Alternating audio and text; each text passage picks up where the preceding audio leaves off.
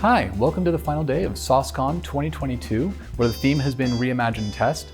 And Reimagine Test we have. It's been amazing, all the brilliant speakers and all the different sessions which have created these actionable ideas. I've been particularly excited about our changing world of test and how we're thinking about test differently, how we're thinking about the different signals that are involved in test, and ultimately how so many people are focused on what matters most, the experience of all this software that we create. I had the fortune earlier this week of sitting down with Kelsey Hightower, principal engineer at Google, and having a conversation about how test in the modern world of development is really changing, talk about his experiences with Kubernetes and open source and how it all comes together. And although it's a pre-recorded session, we will be live available to answer questions on both chat and QA. So please join us as we wrap up this final day of SauceCon 2022 Reimagine Test.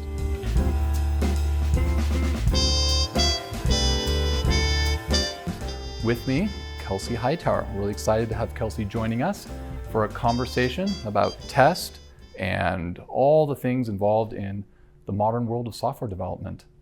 Kelsey, you're principal engineer at Google. You've been very involved in open source programs as well as with Kubernetes. Maybe we could start off with a conversation about what it was like to work on the Kubernetes project, what it was like to do the development there, and sort of that environment. Yeah, so when you're contributing to open source, the biggest thing you rely on, especially to a project that you didn't initiate, is the test harness, right? So for those that don't know, Kubernetes has tons of moving pieces. There's like 6 or 7 moving parts that need to work together in concert. And my first exposure to Kubernetes was trying to write a blog post before the official release announcement to the world. There was this new project. And let me tell you, there were no integration tests whatsoever. Not in the form we have today, and there was definitely no documentation of what each piece does, and then more importantly, how to tell if the system is actually working. And so back then, you just had to kind of reverse engineer the thing and put it together. But once I started to contribute to Kubernetes, how do I know I didn't break a critical component or its interaction with something else?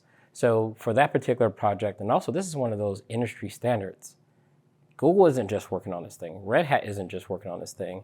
In many ways, Docker's working on this thing. Amazon's working on this thing. Microsoft's working on this thing. So how do you guarantee that if I change something, I'm not going to break Kubernetes for all the Microsoft Azure users because I'm over here on GCP?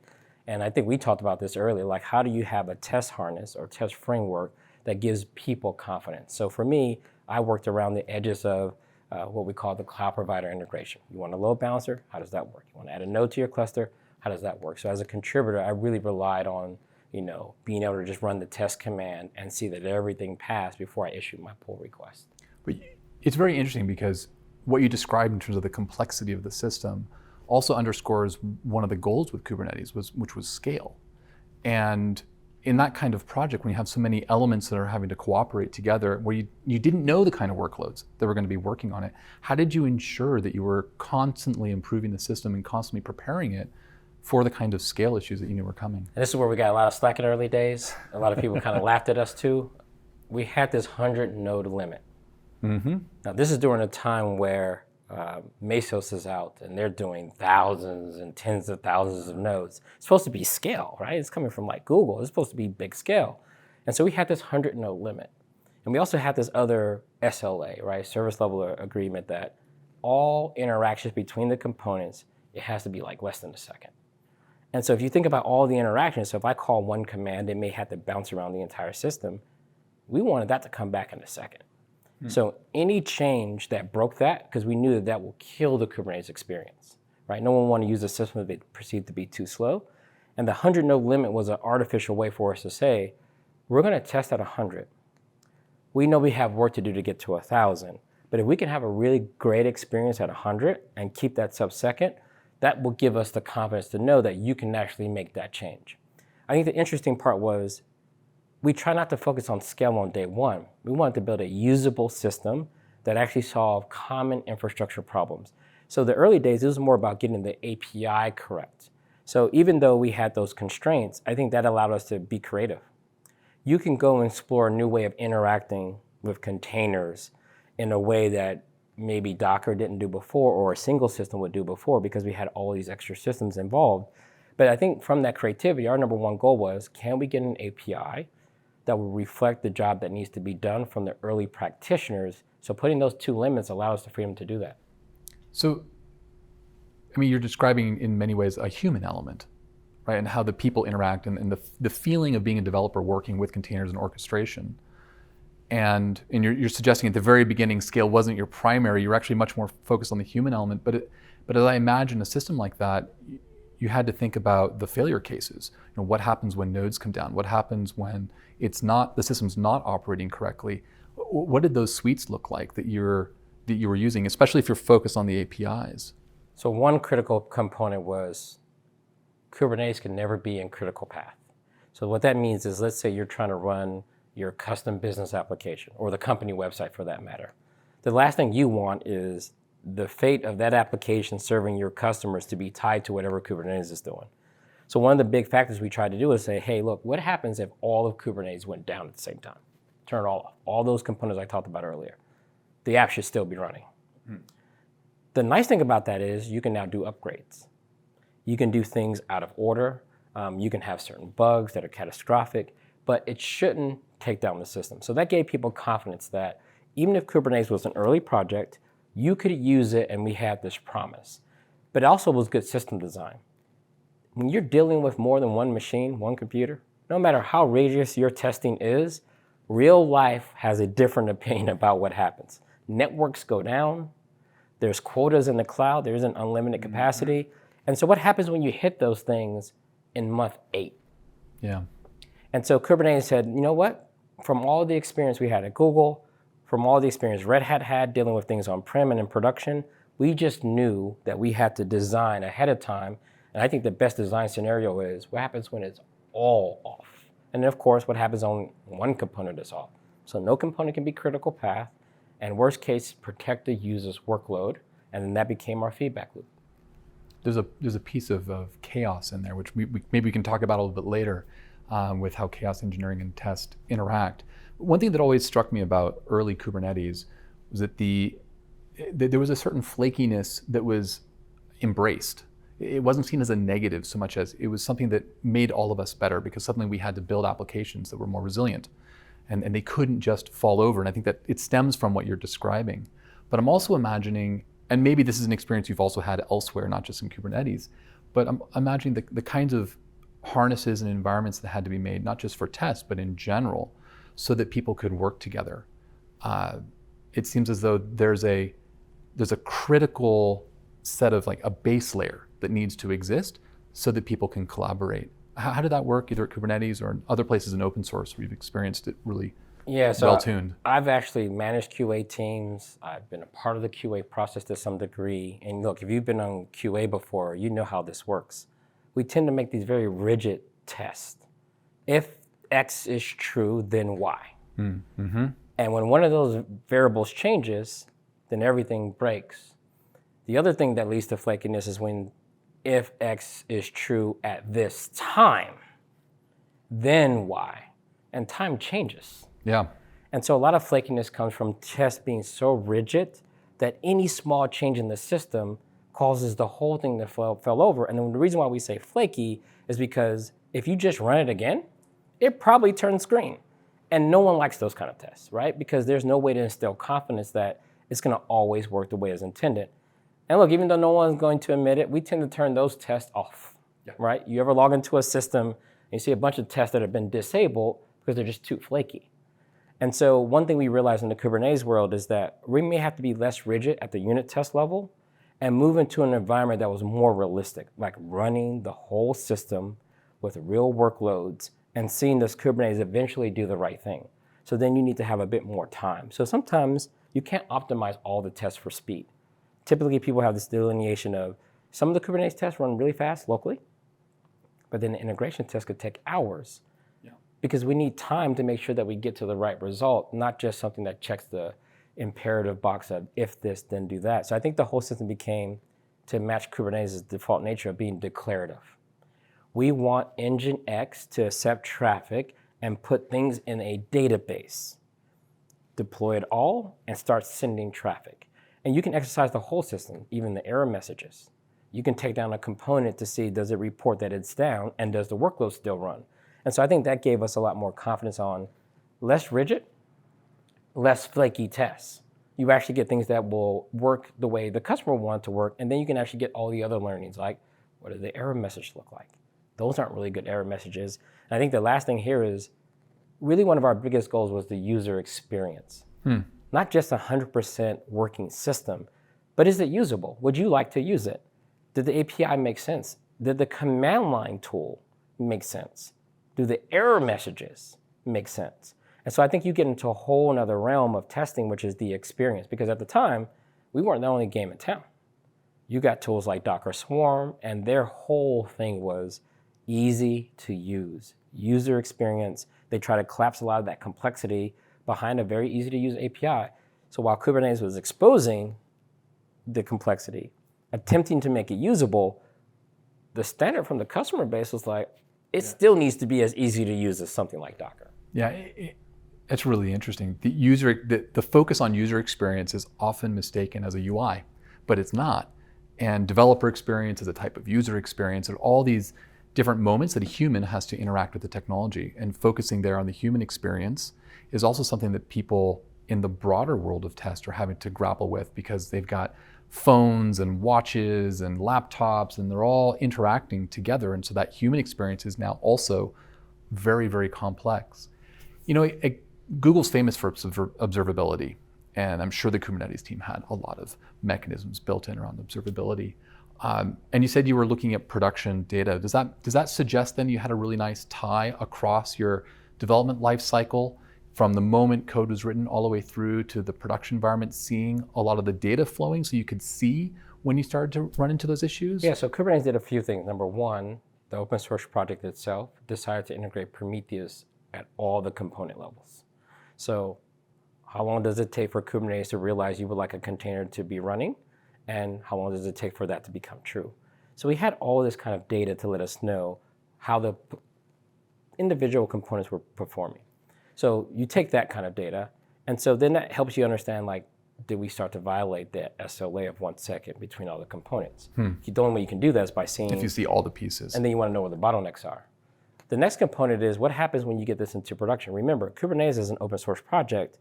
I always say Kubernetes is only as good as the infrastructure it runs on. So for all of us cloud providers, we got to take Kubernetes and then integrate it into all of our cloud platforms. So not only do you need data from Kubernetes, you need data from your cloud platform to see if the whole thing is working. So Kubernetes, give me 5 more nodes in this cluster. How do you test for that? How do you test for in-place upgrades? Meaning the customer says, well, remember that promise you made, Kubernetes isn't critical path, so when you do an upgrade, my app better still be running. And so we had to add in new features like pod disruption budgets. And so the concept here is, in the early days, you have your app, Kubernetes, I would like you to keep 3 of these running. Customers come and they get one version of your app and things are working great. But what happens when I have to go and update all of the nodes? What does that experience look like? Depending on how the code is written, it could be pretty terrible. Your customer could just see downtime periodically. That's not a good experience. So in order to reflect what the user's intent, so I think when we're testing systems, the best systems to test are the ones that are very clear in their intention. So we created this thing called pod disruption budget. So you as a developer could say, here's what I'm willing to accept. I'm willing to accept no more than 2 of these 3 being down at any given time, but you can't take all 3. So now when we have pod disruption budgets, number one, in production, we can do these upgrades by communicating and following the script that we were given by the dev team. But for integration testing, this is beautiful. Without the pod disruption budget, go as fast as you can. See what happens. With the pod disruption budget, then you need to slow down to see, are you meeting the criteria as described? Given that it's declarative, you can be very creative on the outside of how you actually get to that state. That's amazing. And also the creativity there, that you can open it up and change it between the production, the budget, and then how you're running it in test. I wonder how, and maybe Kubernetes, maybe we bridge into open source and some other areas, but when you have a team of people that need to work together, especially in highly complex systems, which a lot of our applications these days are growing in complexity amazingly, how do you ensure that everyone can actually collaborate effectively, and especially in this area where they need that confidence? Like, I've just changed some code, is it going to work? I don't know. How does that work in your mind? Yeah, I'll talk about this from two sides. Like as a maintainer, I had a project called CompD, and it's a very simple system. It takes in key value data from various degree of sources, whether it's like something like etcd, simple key value store, or Amazon has their own key value store. So as a solo maintainer, I built this project to scratch my itch. And so I put testing for the things that I rely on. What happens when someone comes around a year later and says, hey, I'm using Azure? Okay, that's a platform that I'm not as familiar with.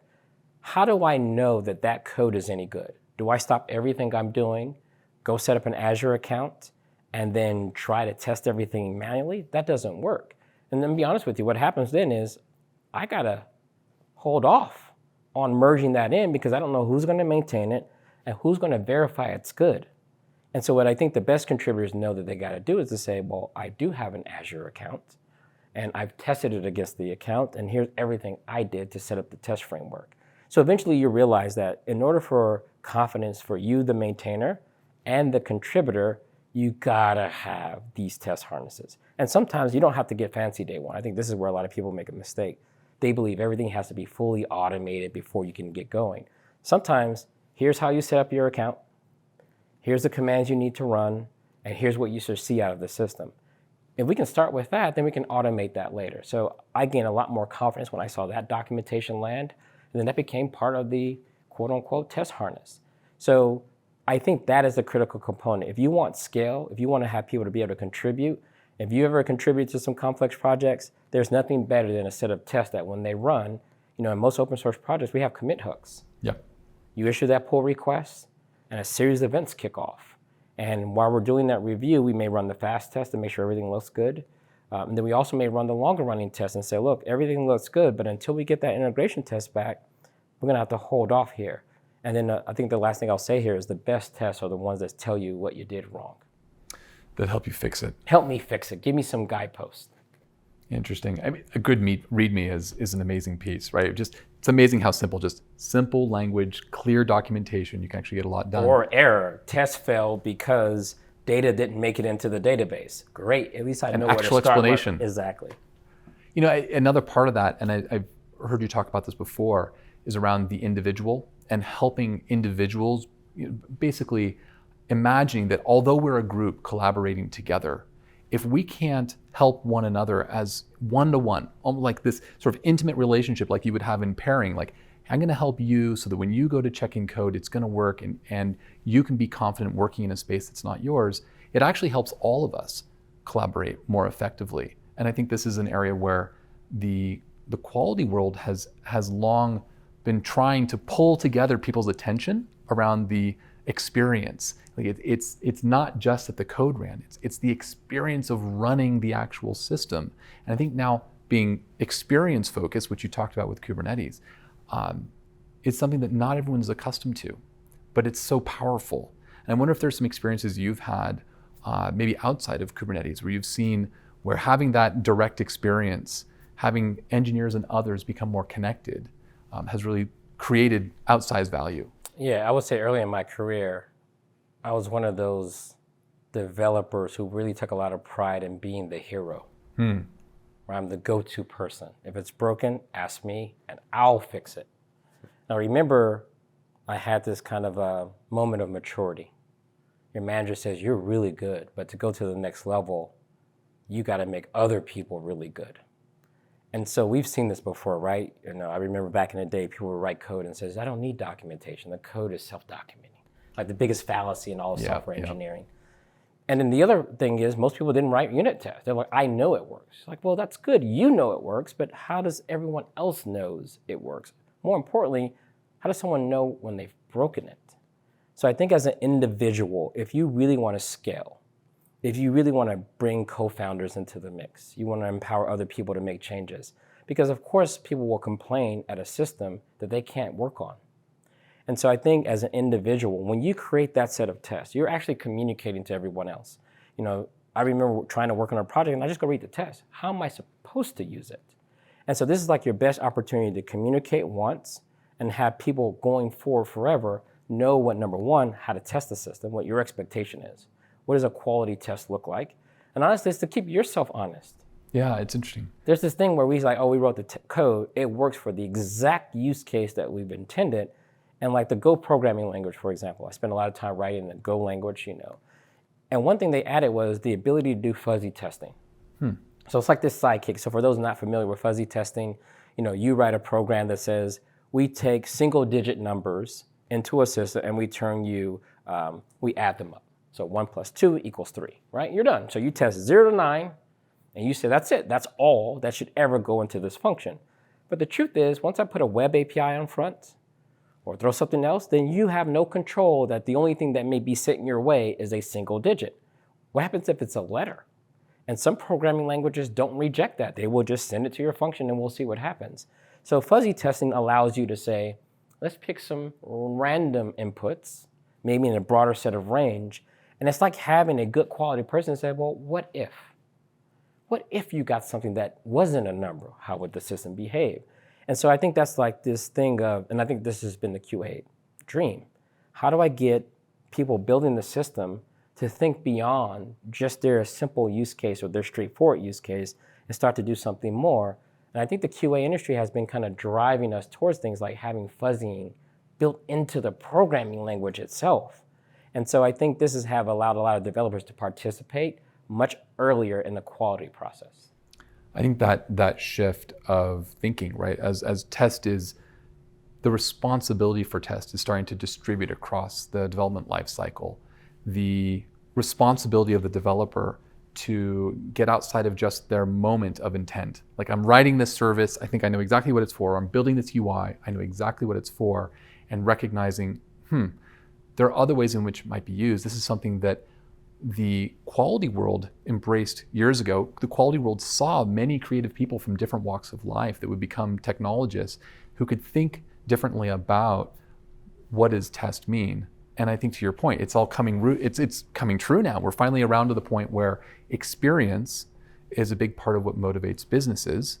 But now within the everyday of trying to move software through quickly, we're trying to figure out, how do we take the intent and how do we take the real world behavior and how do we bring the two together, which is part of what you talked about with Kubernetes, taking real world workloads and taking the intent to the API. And there's so much competition these days. Like, I remember when I was switching insurance providers, like car insurance.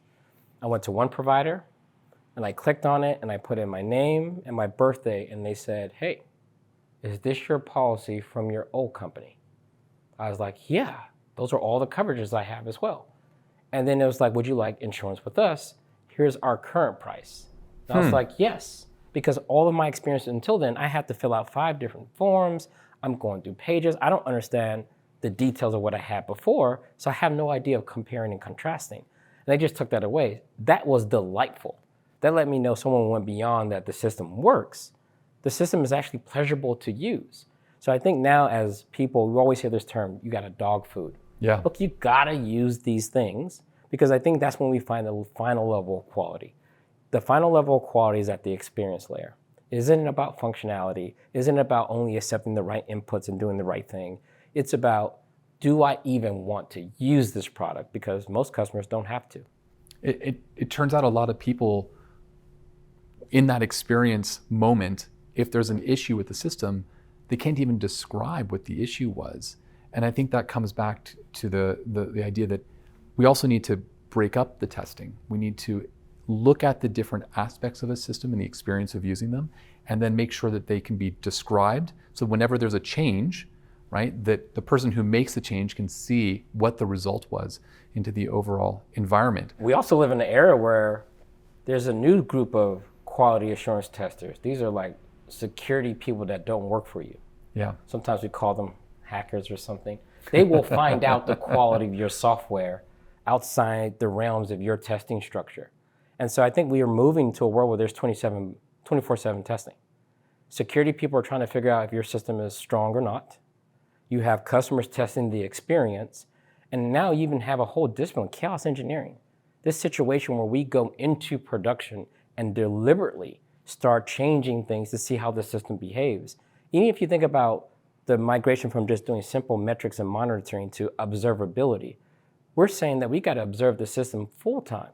So I think we're all kind of growing out of the world of, we have a test environment.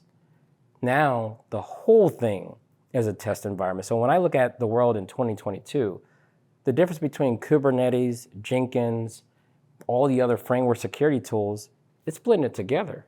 You want this stuff in real time. So when a system doesn't behave as intended, you want the system to react and say, whoa, that version, while it was good in the first test phase, it isn't good 3 months from now, and we got to go either roll back or shut down some of the functionality so we can protect the user data or do something else to make sure the experience is preserved. So I just think the whole world is, quality by default.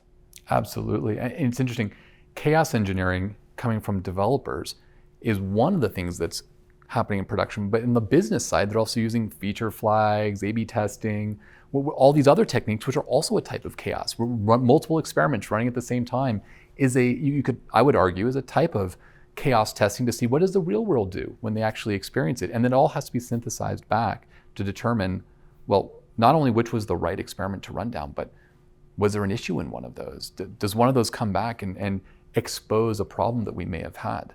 And can we respond to that problem quickly? I think at the end of the day, if you work at a company, no matter what your role, product manager, project manager, even in accounting, these systems and tools we all feel responsible for. There's nothing like going to a party and your friend says, oh, I've used your tool and I didn't like it, right? You kind of want to know what happened so you can go back and give feedback to the team to make it better. So, for those that are watching this is a good time to be in this space because we've finally done it. Everyone is now taking quality seriously, not just in dev, but in production because your revenue depends on having a quality product people like to use. Absolutely. Well, on that note, thank you very much, Kelsey. It's been a wonderful conversation. Thank you, everyone, for joining us.